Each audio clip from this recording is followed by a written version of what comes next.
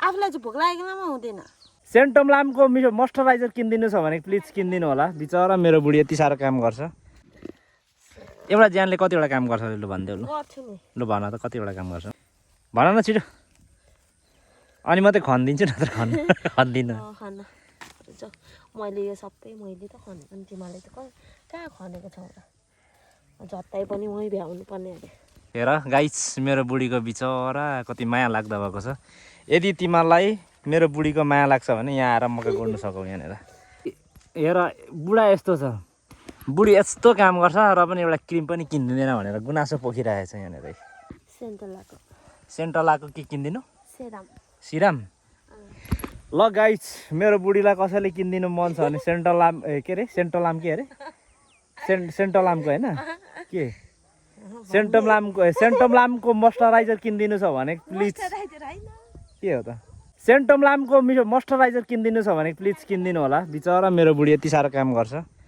उसलाई भात सब्जी कामबाट आउँदा ठिक्क भात सब्जी तातो तातो। आफूलाई चाहिँ भोक लागेको बेलामा हुँदैन।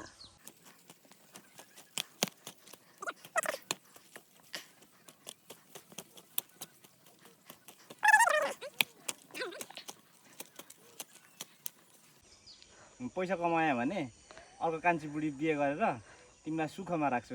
तिमी उपर खुट्टी लाएर बसेर घरमा बसेर भात खाने होइन। अनि सबै कान्छी बुढीले गर्छ यो काम।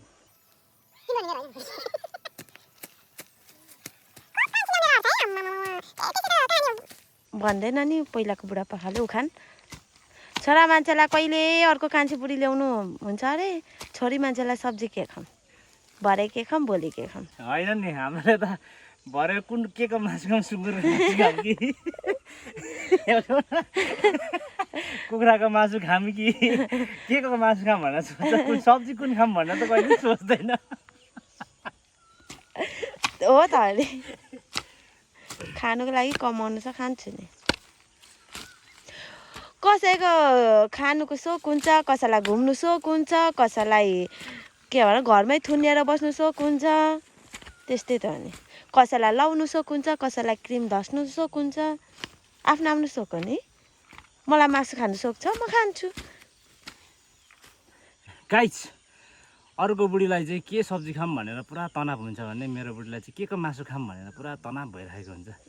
बिहान कुखुरा खाऊँ कि सुँगुर खाऊँ कि भैँसीको खाऊँ कि भनेर चाहिँ तनाव भइरहेको हुन्छ। यो मैले हेलमेट किन लगाएको थाहा छ?